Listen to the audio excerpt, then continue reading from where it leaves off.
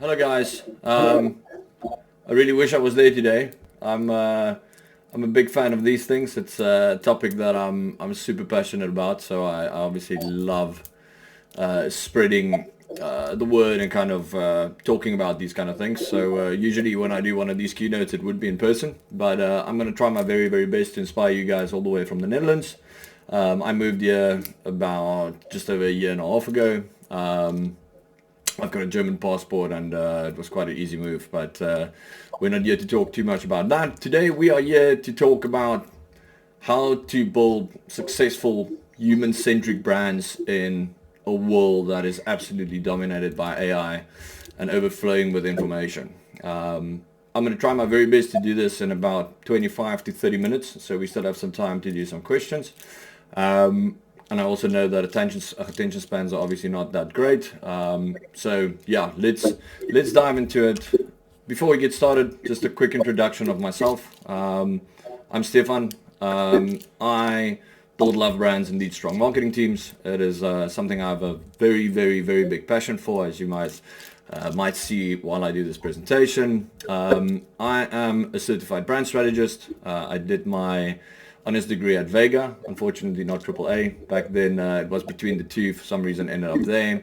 I'm a creative at heart, copywriting, designer, creative director, everything left brain is pretty much right up my alley. I'm a very passionate storyteller. The essence of brands, vision, mission, values, how do we turn that into something that people believe in out there in the world? Sits very close to my heart. I'm a very strong believer in the power of content as a driver of success in marketing. Instead of just putting out money to Google and Facebook and LinkedIn to drive results, I believe that content is the real driver of success. And then, as Mika mentioned, I am currently the proud head of marketing at a company called Black Bear, which is one of Netherlands' fastest growing tech startups, doing some cool things in the space of hybrid working and freelance ecosystem to change the way that companies and professionals work together all over the world. And then on the left, some of the small brands I've had the pleasure of working on in my life. But let's not talk about me. Let's talk about branding in the fourth industrial revolution. That's why we are all here today. So before we get started, I think it's important to understand what the fourth industrial revolution is. And I think it's a term that some of you might have heard and some of you haven't heard. It was big news a few years ago when it kind of came about. On the screen there is an official definition I found on Google. The fourth industrial revolution is the current and developing environment in which disruptive technologies and trends such as the Internet of Things, robotics, virtual reality, and artificial intelligence are changing the way modern people live and work in the world. So basically, in layman's terms, it is this world we live in today. Everything that goes on around us, the robot vacuum that cleans your house, Google and Alexa that you talk to in your living room when you want to play something, the rapid technological development, the internet, the ability to have information readily available at your fingertips for just about any topic that you want in the world. Think social media, YouTube. This is pretty much what the fourth industrial revolution is all about. And the main thing that I want to kind of highlight on this topic for today is that with all these things, there's a lot of noise that comes with it. You might have heard oftentimes in lectures they talk about breaking through the clutter, cutting through the noise. Now, that noise and clutter is bigger and more and louder than it's ever been before.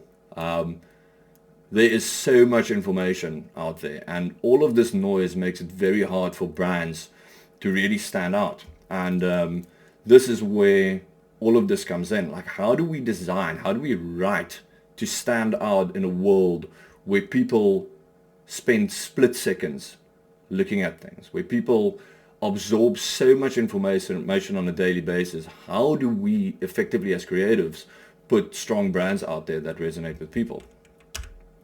So it's nothing new, right? It just feels like all these things I've mentioned have just been, it's just life. life is normal. Internet has always been there. We can Google things whenever we like. But welcome to 2023. Things started moving really, really fast very recently.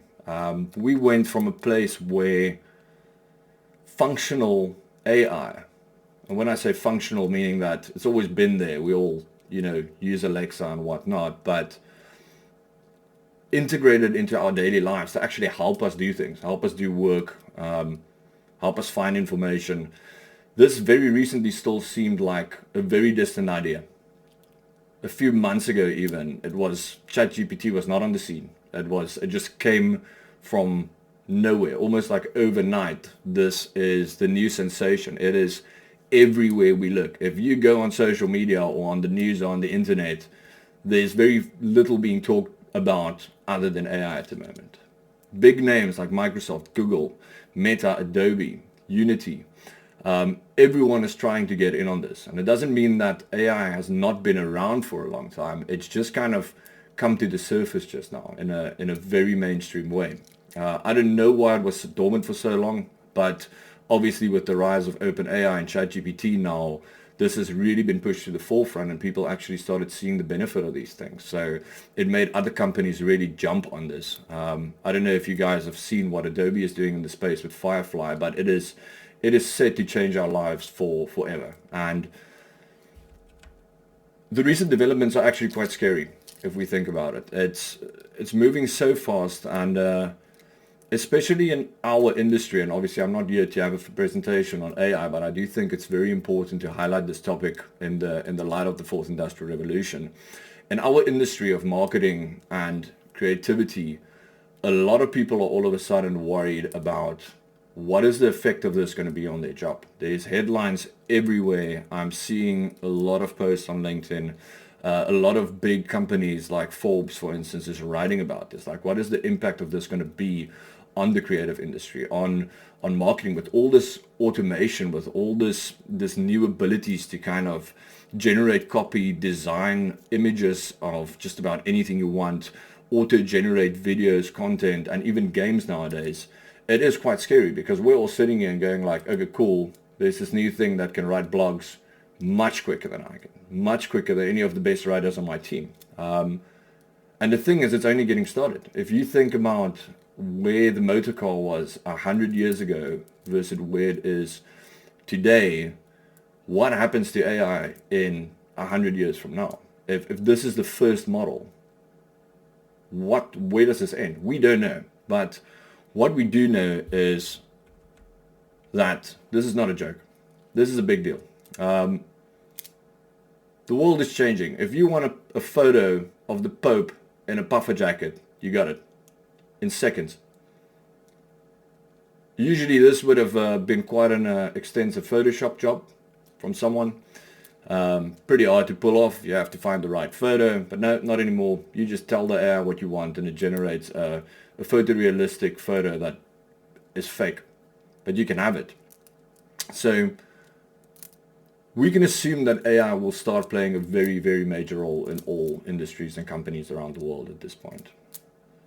But what is 100% sure is that this new generative AI situation that we're dealing with is going to have a massive impact on content production, content flow, the speed at which it's put out onto the internet. There's a new tool and automation that significantly speeds up production. Now, we'll get into what the quality of that production is, but the matter of the fact is everyone is now a writer or a designer. Like, if you can put 10 words in a string, you can have an image. If you can put 10 words in a string, you can have a blog or a full website or code or whatnot. So what happens now when everyone can write and everyone can design? We're going to start sitting with one-man creative teams at companies. We're going to start seeing a lot of smaller companies where founders kind of help themselves. We started seeing this quite a bit when Canva came onto the scene. The easy, mediocre kind of designs, stick and plug things together and you've got something real. This is just being amplified now. So you'll see a lot of easy one-size-fits-all and even fake content basically flood the internet. And when I say flood, I just mean that whatever there was up until this moment, which was already a lot, is now just gonna tenfold, 20-fold, because it's so much easier for anyone to start making, decent content on a platform like LinkedIn, for instance. So what is the result of this? And it brings us back to all that information that's flying around on the internet. This clutter, this noise that we as creatives and we as marketeers, it's basically our job to get through it, to cut through it, to resonate with people. That noise gets more by the day. And the more sophisticated these tools get, the more we can assume that this content will evolve and there will be more and more content flooding the internet. So what happens to brands in this world is now that brands will struggle to voice their personality and distinguish themselves. Now, make no mistake, I'm not necessarily speaking about companies like Coca-Cola or people like Elon Musk. They will always, a big brand, they've got their equity, that is still there. They might also use AI, but the main effect and the biggest influence is going to be on the smaller brands, new companies that kind of come into play, and they want to start making a name for themselves. We all know content marketing is important. We know that third-party data is disappearing in Europe. You can't remarket like you used to. A lot of marketers are stressed about this because how are you going to find your real customer? How do you retarget personas on your website? You can't. So content becomes super important, but the noise also becomes more. So brands will have a very hard time to voice that personality and to distinguish themselves. Now, this is obviously where it starts crossing over into you guys as creatives, designers, copywriters, strategists. How do we plan around this? So the big question is, how do brands remain relevant when seeing is no longer believing? There's blurred lines. The image of the Pope, that's not real. There's a lot of images out there at the moment of like, hey, look at what this brand collab would look like between North Face and Jeep, or between Nike and, Lego, or whatever the case may be. People go to Midjourney, they put in a prompt, and they've got an image that is not from the brand, that can be mistaken to be the brand because it looks so real. But we as people, we're not stupid. We know that everything on the internet at the moment is almost AI generated. So we kind of build a wall against this. So back to the question, how do brands break through that wall? How do they remain relevant when you can't even believe what you are seeing online? How do they serve us as human beings? And how do brands still build meaningful connections when there's so much going on? That answer basically brings us to the main topic of today, past the intro. Something that I would like to call the 5 dimensions of brand design. Now, this is not an official thing, first of all. I'm not stealing this theory from someone else. I just needed a fancy title for this presentation, and I always work in these 5 dimensions, so I figured this is a cool thing, so I'm putting this out there. So don't quote me on like any official theory, but basically what it comes down to is that us as creators and us as marketeers, strategists, creatives, we have to learn to go deeper, because average content will no longer do the trick. That is a fact, because average content is going to be everywhere. It will get better as the tools get better, as generative AI gets better, but it will still be average because it is just more of the same. All the AI tools out there at the moment that generates text, it's all open AI. It's all ChatGPT. It comes in different forms, but it's all the same thing. I have personally, to date, not seen a better piece written by AI than any of my writers. So I, who run a full creative team at my company and on projects, I still prefer to work with actual writers because I think their content now shoot the lights out when you compare it to something like AI. So average content will no longer do the trick. We know this. So what does that mean for us? That means we have to take a step deeper. We have to start designing experiences, not images, not videos. We have to write stories, not copy. Yes, you can say a story is made up of copy, but I'll get to that point now. There's more than just simply creating, because just generating something is no longer enough, and you don't require human skill for that anymore. So we have to get past that. So when I say brands have to design experiences that go beyond the physical, if we take a little step back to kind of brand theory, if we look at the full brand essence, the visible makes a very small part of an entire brand. Brands are so much more than meets the eye. Your color palette, your typeface, your logo, the things that you put out into the world, your designs, the kind of imagery that you pick, that's a very small part of that brand. A brand is not a logo. A brand is not a slogan or a piece of copy or a blog or a website. Those are merely vehicles that we use to kind of get that brand out there, to communicate what the brand stands for. But the brand is actually what sits with the consumer. It is that equity. It is when someone holds in their mind. When I speak about McDonald's, McDonald's means something different to each and every one of us. It's a very good example. It's junk food. Some people hate it because it makes you fat and it's unhealthy. I love it because it's consistent and I like a good McDonald's burger. That is what the brand is. The brand to me is something different than it is to each of you. And it's important to understand that, because it's not about the yellow, it's not about the M, it's not about the name. It is about what I experience every time with McDonald's. And experiences that I've had and that you've had. That is what is a brand. So that's why I say it's more than meets the eye. And as a creative, we need to learn to design and write and influence and strategize and think and create on a level that touches both the seen but also the unseen. Because you can make a social media post today and say, buy this product, cool, nice. Someone's just going to scroll past it because it's just 1 in a million that I've seen today. But what if you create a design that evokes emotion? Or it gets someone thinking, or entertain them, or make them smile? Then you start influencing the world of the unseen.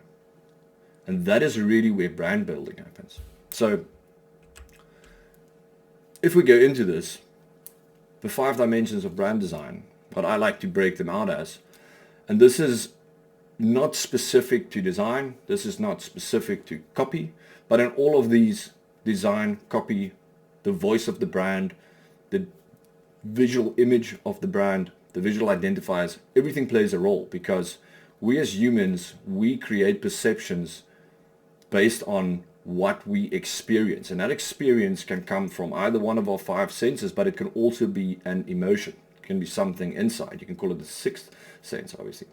So I'm going to go into each of these and kind of draw out how you design in a level that is not the immediate thing that is observed, not the physical. The 5 dimensions are emotion, sensory experience, storytelling, personal connection or personalization, and community. And we have to touch each of these to really shape the perception. Remember what I said about McDonald's now, that perception that sits with the individual, the consumer, the audience. To shape those perceptions is really to build a brand. And that is how you build equity. So let's dive in. First one, emotion. Basically, the heartbeat of your brand lies in the emotion it evokes. It is not about the logo, the design, or the copy, but it is the impact that has on a person. What do you feel when you see an image? What do you feel or think when you read copy? That is what it is about. It's not about the actual design or the actual copy. It is about the impact that that design or copy has on someone. Make people fall in love. Add value at every instance. That is how you make people fall in love. That is how you make people remember things. How do you add value? It's fairly simple. The 3 E's. Empower, educate, entertain. Every time you create content, try to tick one of those 3. What does it mean to empower? If you make me feel good about myself or my decisions in life, you did a good job. I like you. Cool. It's like giving people compliments.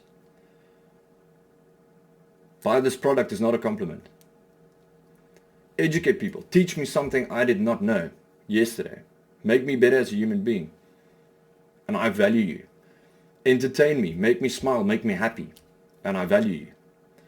I always tell my team that when you think about social media, where basically all content, all designs, all copy goes nowadays, think about your moment of interaction. If someone goes to the toilet and they take out their phone and they're going to spend 5 to 10 minutes scrolling through Instagram, through Facebook, through TikTok, through LinkedIn, regardless of the platform, you've got a few split seconds to grab someone's attention. Don't try to be funky. Don't try to sell to them, because they are not there to be sold to. They do not care about the pair of shoes. They might care about the pair of shoes, but they didn't go sit on the toilet, go on Instagram to see the pair of shoes. They were looking for a dopamine kick, to be entertained. You've got split seconds to capture people. Don't write long copy, short, catchy. What does your design do? Does it make them smile, or is it just another thing that I swipe by? Design to make people happy. Design and write to make people smile. Design to make people feel emotions. So everything you create, created with the intent to evoke emotion. And that design or that copy will set you apart from a robot or someone that just simply generates things for the sake of being, there has to be copy in the space, I need to put something here. Cool. On to the next. Sensory experience. So obviously not the easiest one, but as human beings we have 5 senses. And funny enough, what we see is not our strongest sense. Smell and touch is where people remember things. Wherever possible, try to engage more than one sense, because it's receptors. It's how we take information in. So if you think about a retail outlet, like it could be a simple example like a hot dog store, that entrepreneur or that salesperson has the ability to engage 5 senses. You can go taste, you can put on music, you can have your smell floating around, you've got the feeling of the hot dog in your hands when you buy it, and you've got your sight. You see this, you see the logo, you see the hot dog, I want to buy it, I smell it, it smells nice, I tasted it, it tasted great, there was a nice song playing while I was doing, I will remember this, because you engage 5 senses. Now, it's obviously not that easy when you're an online brand. When you think of social media, you're going like, cool, yes, I can't help you touch anything, but the person is already touching his phone, so there's one sense that's already engaged. Video is stronger than images. There's a reason for that, because you can engage someone on a visual level as well as their hearing. So if you can put something into a video with a jingle, do it. Every single time. It works. Stop thinking static. Start thinking sensory experiences. For instance, if someone buys a product, some of you might go into businesses where there's products. When you deliver a product through an e-commerce store, what is that experience when someone receives the package? It could be something as simple as spraying perfume on the package that arrives at that person. The first thing they experience is a pleasant smell when they receive your brand or something from your brand. So sensory experience, make your brand an adventure, and always think, how can I engage more than one sense in this instance? And obviously this depends on the medium and the brand, but put this in the back of your mind and always try to do that. Storytelling. Forget selling. Start captivating people. People don't want to be sold to. People like the idea that they've got a choice. People hate the idea that their data is being used for things. So when you sell to someone in today's world, in the 4th Industrial Revolution, we know you used my data to get to me. Cool, I like the shoes that you're showing me online, but actually, please don't use my data to show it to me. I'd like to go buy it in the shop. It's unfortunately not how the world works, but that is how human beings think about things. So what is storytelling? And how is this different than writing copy? It goes back to brand strategy. Every brand has to have an essence, a blueprint that includes a vision, a mission, core values, a purpose. Use that to communicate what you stand for. People will fall in love with it and people will follow it. And when people do, they will effectively at some point convince themselves to buy whatever it is that you are selling. When people know you and they stand by the same thing that you do, you've already convinced them to buy what you're selling when they have a specific need to that. We as human beings, we love stories. Inherently. If you think back to cave people, they wrote stories on the walls. We love watching movies. We love watching Netflix. Why? Because we love stories. We love reading books, fictional books, non-fictional books, biographies. We invest so much time as human beings into people's stories and other stories out there. So give people a story to read. It doesn't have to come all at once. Your brand story is made up of the collection of touch points throughout an entire relationship with a customer. Give them something to think about. Give them something to stand by. Give them something to believe in. Like a friend. Think about a friend you've known all your life, or your best friend. Why do you like that person? Why do you love that person? Why do you support that person? Because you know them. We tend as human beings not to care about people we don't know. But it's the same with brands. It's the same with anything. We feel more for our own pet than we feel for, someone else's pet. It's normal because we know that pet. And the more you know something, the more you can effectively care about it. So think of your brand as a friend to your audience, and you need to build that relationship, build that trust through telling your story to them every single day. You have to give. You can't just take. You can't ask people to buy if they don't know you. They need to trust you with their money. But why would I do that if I don't know you? So, storytelling. Don't write copy. Write stories. Tell visual stories. Make your brand a movie. Next up, probably the most important, personalization. And probably one of the most underestimated and misinterpreted ones. Build personal connections with people. Tailor your approach and customize your communication. It's fairly simple. Make people feel like you actually care about them. And this does not mean go slap your name on an email. Everyone knows you can do that nowadays. Cool. Hey Stefan, here's 4 blogs to read. Cool, I don't care. But has those blogs been written with me in mind? Do those blogs that you try to send me with a personalized tag address one of my needs? Does it solve a problem for me? The best way I can describe this is, think about a song that you connect with something in your life that happens. For some people, it is merely when they go out to party. You like a song because of the beat or what it is, or it might be a song that got you through a breakup. That idea of when I listen to the song, it feels like it was created for me. That is what personalization is on content. It doesn't mean go slap my name on something for it to be personalized. All I want to do is it needs to feel like it was crafted with me in mind. And then it resonates with me.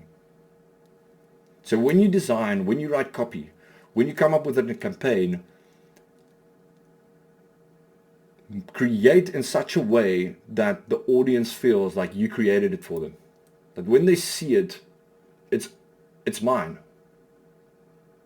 That is what people want to feel, and that is when you break through the clutter. And then last but not least, community. Foster a sense of belonging and shared values. Build a cult. Simple as that. Bad word, but it is what it is. Make people feel like they are part of the brand. Like they have a role to play, and like they can influence the outcome. How do you do that? You ask them, you engage with them, you reward them, you showcase them. And I'm not talking about a loyalty club. I'm talking about make your audience part of your brand. Why do you guys love AAA? Because you're part of a community. A great example of this is Harley Davidson. Harley Davidson, people don't buy it because they buy a bike, a motorcycle.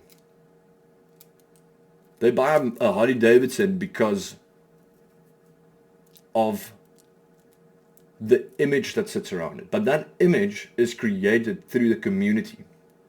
Harley Davidson sells that image. Yes, they sell motorcycles. But more importantly is like what you buy into and what you tell the world as an individual when you buy a Harley Davidson. If you look at Harley Davidson's creative, all they do the whole time is showcase that community, that cult of theirs, that belief system that they've put in place, that if I have a Harley Davidson, this is the kind of person I am. I don't have a Harley Davidson. I don't know what that feels like. But it's a brand that has leveraged community to great heights. So always think, how can you make your community feel like they are part of the brand? Once again, don't just ask, give. Bring them in. So, to round this up, what is the secret sauce here? Probably the most important lesson that anyone in any creative industry or marketing can learn is to really know your audience. When you know your audience, you know how to add value. When you know what someone likes or what makes them smile, you can make them smile. You can make them happy. You can get emotions out of people if you know what triggers those emotions. Now, this is easier said than done. You don't find these kind of things online. It's not that easy. This comes through testing, A/B testing. You need to talk to your customers. You need to talk to your audience. You need to really become and investigate your audience. Know who you design for. Know who you write for. And you will be able to break through that noise. You will be able to resonate with those people. Because if I scroll through social media and I see 100 posts in 5 minutes, what resonates with me? And that is the question you have to ask yourself every single day. When you design something, when you write something, is this for the right person? Does it nail the spot? Does it hit a nerve? Will this trigger the right emotion? Is this powerful enough? And it is easier said than done. It does require you to really kind of dive deeper. But I promise you, if you get this right, people will start following. It doesn't happen quickly, and this is what we call brand awareness, obviously, and brand equity. But if you consistently convey the same message to your target audience that you know and understand, they will follow. And when the time is right and they are ready to buy, they will come buy whatever you are selling. So that is why I said at the beginning of this presentation that I'm a very firm believer in content. Give as much as you can. Add value wherever you can, and people come back. Whether it's in a year, whether it's 2 years, it works every single time. So just before I round this up completely, just a quick case study to pull this all together. Meet Coolblue. It's a Dutch electronics and appliances retail chain. Very similar to Takealot, just a little bit more focused on computers and washing machines and all the big appliances, almost like Tafelberg Meubels. Their motto is anything for a smile. Now, moving to the Netherlands, obviously I had to stock up quite a bit because I moved over with just about nothing. So over the past year and a half, I've been buying a lot of things here and there to like set up my life. So I spent quite a bit of money with this specific company. Experience is great every single time. Like, great app. There's stores you can go to, but I just buy online. Next day delivery every single time. But things do go wrong in the Netherlands, believe it or not. Sometimes a parcel doesn't come to you, or like the delivery guy just decides he's not going to drop it off today, and then your parcel goes somewhere and you're like, oh damn, I can't get that now. So I've also spent quite a fair amount of time with these guys on customer support lines. Now, that's always weird when you're in a different country because you're like, oh, now I need to talk this language, or am I going to get someone who's English? Every single time I've been greeted with like overwhelming passion. Everything from the elevator music that playing on that call is exciting, and it kind of makes you feel like it's a good day outside. They didn't just play normal bad music there. To the person that answers the phone, that makes you feel every single time like the only reason they exist is to help you. Anything for a smile. You can feel this brand through everything you do. And then last week, I opened my mailbox and I got this random postcard, spam mail, if we want to call it. And I took it out, and my immediate thought was, I come from a marketing background. I know how this works. There's probably thousands and thousands and thousands of these being sent out. There's probably some student doing work that absolutely hates their job to send this out. They have to handwrite these. This is ridiculous. This is not AI. This is handwritten. But what caught my eye was, if you look at the note, you will see that it's written in English, number one. And number two, you can even see the person who wrote this had a hard time writing English. Purchases was spelled with an A and then afterwards corrected to a U. So almost like I can see that happening. Like I wrote it and then it was the thought process of, is it an A, is it a U? Go on Google, oh damn, it's a U, replace it. They didn't scratch the card and write a new one, which is what they could have done. But I'm very glad they didn't, because this really made me feel special. Why did it make me feel special? Because they used my data from somewhere to make sure I get a personalized note. Now my app is in Dutch because it's a Dutch app, but all my searches are in English. So I search for something in English and then I realize that's not the actual word, and I have to Google the Dutch term for it, go back, find the Dutch thing. So oftentimes I search in English and then just don't get what I'm looking for. And every time I've spoken to them on customer support, my conversation would start with, do you speak English? Just to make sure like I can get what I need out of it. So somewhere on my profile, they've tagged me with this person is English. And somewhere down the line, someone went as far to write a note in English and give that to me. Now, being in branding, I thought this was amazing, and it also just made me realize again that in this world where we live, where everything is about to go AI, this was the most simple, most cheap campaign. This was not linked to a purchase of mine. It was just there by itself, and it made me as a customer really feel special and like this company cares about me. Now, obviously, I'm in marketing, so I see through this, but it was a very good reminder to myself that don't forget the physical. Don't forget to really build human connections, real human connections. The authenticity of that spelling mistake is everything in today's world. Robots don't make spelling mistakes, and people want to deal with people. And now I know there's people on the other side of that company. So I thought this was a very nice little kind of case study to round this conversation up with. But as a final thought that I want to inspire you guys with is, creativity is your superpower. It is ultimately what makes us human. It is the one thing that I've not seen robots do. And I've tested this AI extensively within my team, on design, on videos, on content.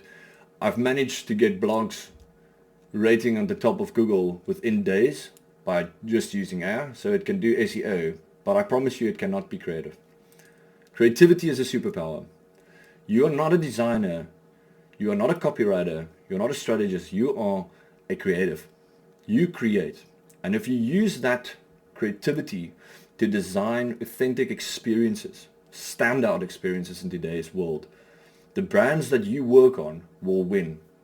And your career is completely secure. I promise you that. Keep the 5 dimensions that I presented today in mind, and always kind of go back to, go one level deeper. Ask yourself the questions if this is hitting the nerve. Are you talking to your audience? Does this make him feel part of the community? Does this add value to their lives? Will this evoke an emotion? And you will win. And I promise you today that no robot will ever replace you. And you don't have to worry that your career or the what you are studying is going to become a problem. I think good creatives are going to become more valuable than ever. Like, there's a storm going on now, but once the dust settles and there's just so much average content out there, good creatives will be hard to come by. So that's me, and I hope I inspired you, and if anyone feels like they want to follow me, I talk about these kind of things quite a bit on LinkedIn. And yeah, I'd also just like to give you guys the opportunity to ask me any questions if there's anything you'd like to know or pick my brain about.